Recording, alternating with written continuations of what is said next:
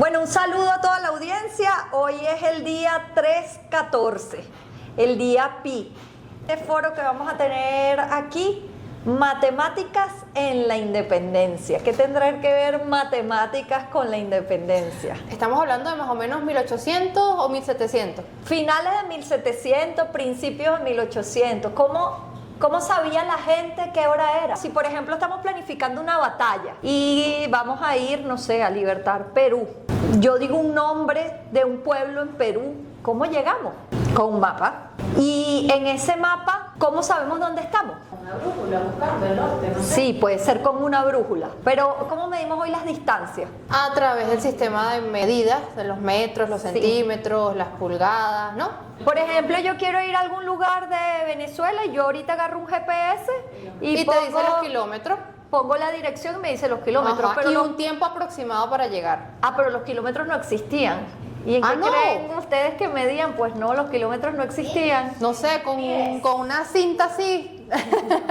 Se medía en días de caminar, en días de caballo o en días de barco. Pero si vamos a una batalla, imagínense que una reunión de este despacho fuese una batalla y cada una llega a una hora diferente. ¿Qué nos pasa? No, bueno, nunca vamos a coincidir. Y si imagínate si lo calculamos por pasos, es diferente el paso de una persona alta a una persona bajita. Con el enemigo nos aniquila, sí. Perdemos todas las batallas. Si cada uno llega a una hora diferente o un grupo de nosotros se pierde, perdemos todas las batallas. ¿Y sería eso lo que pasó en la independencia de nosotros? Oye, no, ahí tuvo que haber habido un ejercicio tremendo de organización para poder coincidir todos a la vez.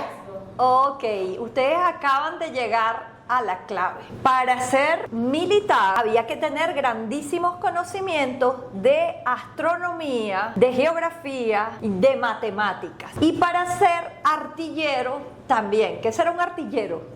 Los que dirigen los Cañones, los cañones. Y si yo inclino demasiado el cañón hacia arriba, ¿qué pasará? Me cae la bola encima. Me cae la bola encima. Entonces los artilleros tenían que saber física.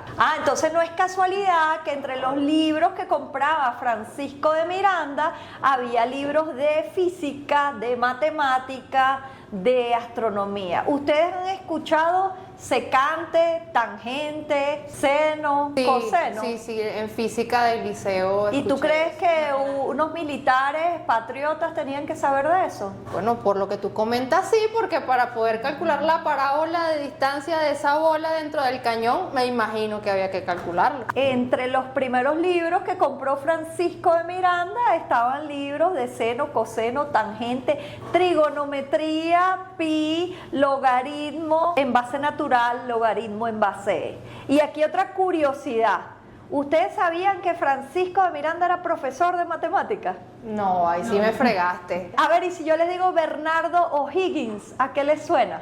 Oye, me suena a una avenida que queda por el Paraíso. Bernardo O'Higgins fue un prócer de nuestra independencia y nacido en Chile, de la independencia chilena, y resulta que Francisco de Miranda le dio clases de matemática en Londres. Y cuando el joven Bernardo O'Higgins regresa de su formación a América hispana, le decían en ese momento, Francisco de Miranda le escribe una carta y le dice que tenga cuidado con sus futuros confidentes y que desconfíe de cualquier persona mayor de 40 años que no sea adicto a la lectura. Pero les recomienda sobre todo confiar en las personas que se lean los libros prohibidos por la Inquisición. ¿Ustedes saben lo que es la Inquisición? Algo me suena, por ahí algo tiene que ver con las mujeres que les llamaban brujas y todo eso, ¿no? Prohibía cosas, sí. ¿Saben qué prohibía? Ciertos libros. ¿Y por qué estarían prohibidos los libros? Porque ahí estaba la fuente del conocimiento. Así es, porque ahí estaba la fuente del conocimiento. Y entonces a veces las cosas que en realidad tienen un principio científico eran catalogadas como del demonio. Entonces resulta que había una organización que le decían la Compañía de Dios, eran unos sacerdotes, los sacerdotes jesuitas. Esa organización se había fundado como por 1540 por Ignacio de Loyola, y lo que hacían los jesuitas era enseñar. Enseñaban matemáticas, enseñaban física, enseñaban a leer indistintamente a niños y niñas. ¿Y saben qué pasó con los jesuitas? Seguramente algo malo. El rey Carlos III expulsa a los jesuitas de todas sus colonias. En esta actividad del día de hoy tenemos que mencionar a un señor de nombre José del Pozo y Sucre. ¿Ustedes han escuchado a José del Pozo y Sucre? Sí, ¿quién era José del Pozo y Sucre? Era un matemático venezolano. Muy bien, un matemático venezolano. Tenemos pocas referencias, lamentablemente. Una de las mejores referencias es esta, la trayectoria vital del ingeniero venezolano José de Pozo y Sucre. Aquí dice que José de Pozo y Sucre nació en 1740. Por ahí tenemos la partida de nacimiento y lo bautizaron en 1741 en Caracas. Pero este caraqueño, poco sabemos que fundó la Academia, escuchen bien, de Matemáticas y de Ingeniería Militar en Cádiz, España. Y al fundarla fue su primer director. ¿Sabes lo que significa eso? Un venezolano era el más preparado en matemática e ingeniería militar, y estamos hablando a finales de 1700. Imagínate, eso da un poco al traste con las ideas de que los europeos eran más conocedores y más inteligentes y más preparados que los venezolanos. Así es. Y si yo les digo ingeniero militar, ¿qué se les viene a la cabeza? Hacían fuertes, construían las estructuras de los fuertes. Ajá, hacían fuertes. ¿Qué más? Sofía, ¿qué hacían los ingenieros militares? Tenían estrategias para el combate. Eso es verdad. Todo eso que ustedes estaban diciendo es verdad y era necesario. Pero es que no habían otros ingenieros. Puentes los hacía el ingeniero militar. Lo que nosotros le diríamos los tanques para canalizar el agua a las ciudades los hacía el ingeniero militar. Los hospitales los hacía el ingeniero militar. En 1700, todavía principios de 1800, la ingeniería que existía era la ingeniería militar. El ingeniero militar era casi tan importante como el gobernante. Obligatoriamente, para formarse de ingeniero militar tenía primero que hablar varios idiomas, porque las ciencias se escribían en latín, en griego, a veces en francés. Entonces tenían que dominar varios idiomas, pero también tenían que ser, como decimos nosotros, unos duros en astronomía, en matemática y en física. Mira, pero ahí empezando la conversa hablaste de que tenían que ser muy fajados con el tema de esta astronomía. ¿Por qué los guerreros de la independencia tenían que saber sobre astronomía? Imagínate cómo llegamos, por ejemplo, a Pichincha. Tú me puedes dar un mapa, pero ¿cómo sé yo dónde estoy respecto a ese mapa? O aunque tenga una brújula. ¿Tú has agarrado una brújula alguna vez? Eso no es tan fácil. La aguja marca al norte, pero ajá, ¿y tú querías ir al norte o tú querías ir A un ladito.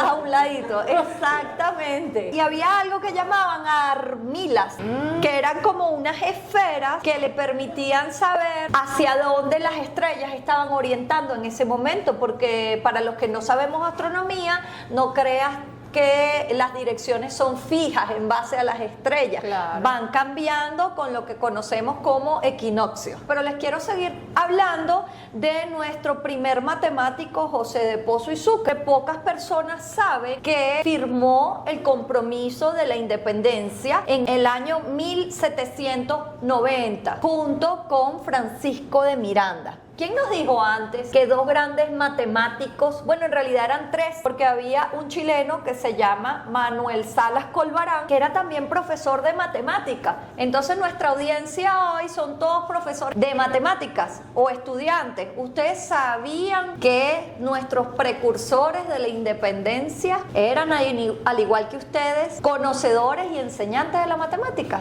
Pero esta historia continúa. El señor José de Pozo y Sucre tenía un hermano, a lo mejor a ese sí lo conocen, Candy. Carlos del Pozo. Carlos del Pozo fue el primer científico de esta tierra. Lo reporta Humboldt. ¿Ustedes han escuchado Humboldt? Sí, claro. ¿Quién fue Humboldt? Yo fui Humboldt. No, si fuiste al Humboldt. ¿Que quién fue? Alejandro Humboldt. Un explorador alemán. Un naturalista. Ajá, un explorador alemán. Y cartógrafo. ¿Y cuándo vino ese señor? Hace una pila de años. Ese señor llegó a Venezuela en el año 1800, pero fíjense que Francisco de Miranda, que nació en 1750, y José del Pozo y Sucre, que nació en 1741, le llevaban una morena larga, ¿no? Ya tenían unos cuantos añitos de experiencia. Cuando llega Humboldt a Venezuela, en el año 1800, ya José del Pozo y Sucre tenía casi 60 años de edad y Humboldt tenía 30. Entonces estamos hablando de una generación antes de científicos, investigadores venezolanos. Pero Francisco de Miranda, como todos, fue joven también. Y cuando él era joven, él era edecán de un señor destacado militar de nombre Juan Manuel Cajigal. ¿Le suena? Oye, sí, de eso hay una institución aquí en Caracas que es el Observatorio Cajigal, ¿no? El Observatorio Cajigal es una institución que en sus inicios está dedicada a astronomía. ¿Y le suena con lo que estamos hablando? Pues sí, tiene enlace. Sí, se parece, pero nosotros le pusimos ese nombre en honor al nieto de ese señor que fue el jefe de Francisco de Miranda. Ese nietito se quedó huérfano de padre a los 7 años de edad y Francisco de Miranda, lealtad a quien fue su maestro y su mentor, vigiló porque ese jovencito, Juan Manuel Cajigal y Oduardo, saliera a estudiar. Estudió primero en España y luego en Francia. Resulta que Juan Manuel Cajigal y Oduardo se destacó como matemático en Francia y le ofrecen ser director de una escuela de matemáticas. Pero este jovencito llevaba los genes revolucionarios por dentro y dijo: no señor, yo no me quedo, yo me devuelvo a mi patria porque mi patria necesita que estos conocimientos se difundan. Y Juan Manuel Cajigal y Oduardo fundan los estudios matemáticos en Venezuela. ¿Qué tal? Entonces ya llevamos 2 generaciones, ¿no? Una con Francisco de Miranda y José del Pozo y después viene Juan Manuel Cajigal. Después de Juan Manuel Cajigal aparece un señor de nombre Olegario Meneses. ¿Ustedes lo han escuchado? No, eso sí es verdad que no. No. Olegario Meneses fundó el Colegio de Ingenieros de Venezuela. En esta tierra eran tantos y tantas los inventores, los creadores, que de otros países, como por ejemplo de México, mandaban los desafíos tecnológicos y los publicaban acá en algo que era como un periódico científico y ofrecían dinero a ver quién puede resolver este problema. ¿Qué tal?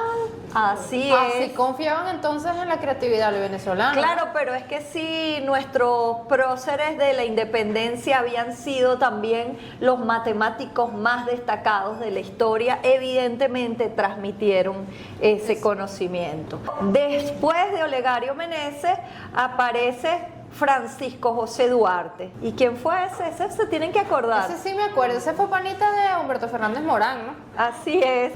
Ajá, otra vez astronomía, Oriana. En Mérida está el observatorio. El Observatorio de Astronomía de Mérida se llama lleva Francisco su nombre. José Duarte. ¿Pero por qué llevará su nombre? El tipo tiene que haber sido un astrónomo también, mínimo, ¿no? Mínimo, pues. Claro que sí, era tremendo astrónomo. Francisco José Duarte desciende de la familia del Mariscal de Ayacucho. ¿Me creen lo si les creo. digo eso? Bueno, hay una señora por allí que se llama Delfina Isaba González. Nació en 1850 y su abuelo, Casimiro Isaba Sucre, ¿le suena el apellido? Epa, pero ese Sucre está sonando mucho, ese no será el Mariscal.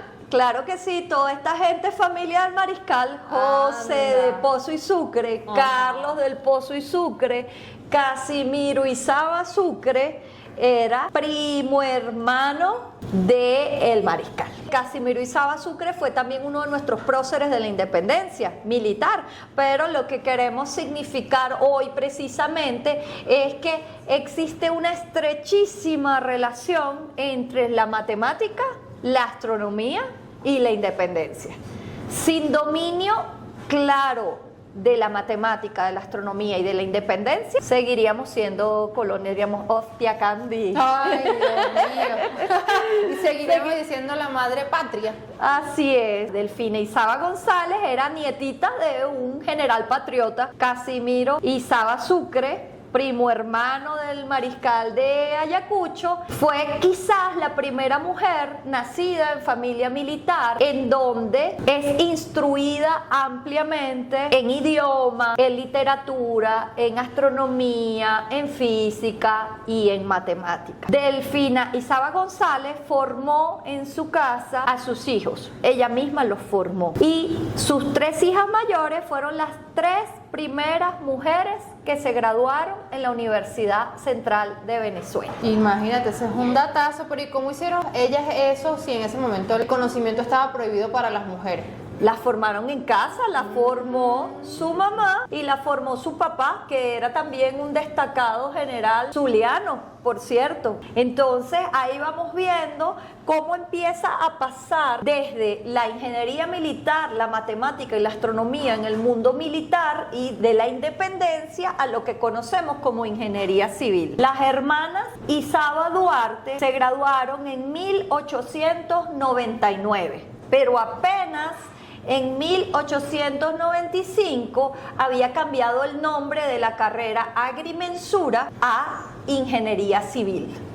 La ingeniería civil en nuestro país empieza en 1895, pero Delfina le hizo honor a su nombre. Ella fue también la mamá de Francisco José Duarte. Y Francisco José Duarte, como decía Candy, fue el mentor espiritual de Humberto Fernández Morán, pero probablemente también de Héctor Rojas. ¿Ustedes conocen a Héctor Rojas? Bueno, Héctor Rojas se encargó de hacer los estudios pertinentes para que el Apolo 11 pudiese alunizar en un espacio seguro.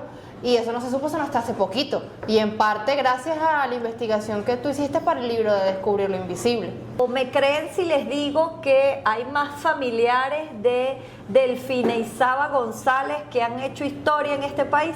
Ah, no, vale, pero esa familia era una familia de genio. Bueno, vamos contando. Empezamos con José de Pozo y Sucre y Carlos del Pozo. Y Carlos del Pozo. Esa es una. Después de ellos, no era de la misma familia, pero eran militares también.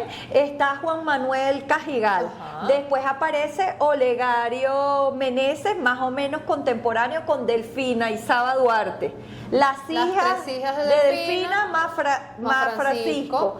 Pero después esta familia, esas mujeres tienen hijos y aparece por ahí Luis Báez Duarte.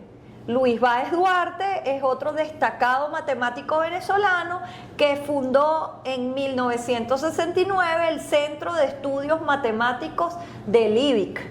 Entonces, hay ahí toda una genealogía de por lo menos 5 generaciones de grandes matemáticos y matemáticas nacidos en esta tierra. ¿Y tú crees que sea casualidad que ahora nos ganamos todas las olimpiadas de matemática, de robo? Algo de eso anda por ahí rodando en nuestra genética, definitivamente. Y también esto da al traste con eso de que los conocimientos están fragmentados, ¿no? Aquí todo el mundo conocía de todo para poder avanzar, incluso hasta en la independencia, ¿no? ¿Quién se iba a imaginar que un prócer iba a ser matemático? Entonces ahí vemos que, como decías tú, todas las ciencias son necesarias, todos sabían un poco de todo. Entonces, tal vez todo esto que estamos descubriendo ahora, o sea, nos damos cuenta que tal vez tenía algún tipo de intencionalidades, que se mantuviese así, escondido, un poco para también mantenernos a nosotros como que ustedes no pueden, no saben, limitarnos tal vez en la creación, en la libertad incluso del ejercer el conocimiento. ¿Te acuerdas de los tribunales de la Inquisición? Ajá, claro. Si ustedes le ponen a un buscador historia de la ciencia venezolana, dice que empezó a mediados de 1950. Y nosotros tenemos aquí rato hablando desde 1700. 1700, claro que sí. Son los mismos tribunales de la Inquisición que quieren hacernos creer que nosotros no podemos. No lo recordamos por acá, pero Francisco José Duarte calculó 200 decimales al número pi en el año 1902. ¿Y no tenía calculador? Obviamente las calculadoras no existían. ¿Por qué no nos enseñaron? ¿Por qué nuestros profesores no lo saben? ¿Por qué las mujeres no sabemos que existió Delfina Isaba González? ¿Por qué no sabemos que Margaret Ann era venezolana y se tuvo que disfrazar de hombre para poder burlar el sistema? Bueno, quizás para meternos en la cabeza que no somos capaces. Hoy, el día de Pi, recordamos a Francisco José Duarte, a sus sobrinos, a sus hijos espirituales, pero también a su mamá, a sus abuelos, a su tatarabuelo y a sus bisabuelos, todos grandes matemáticos y astrónomos.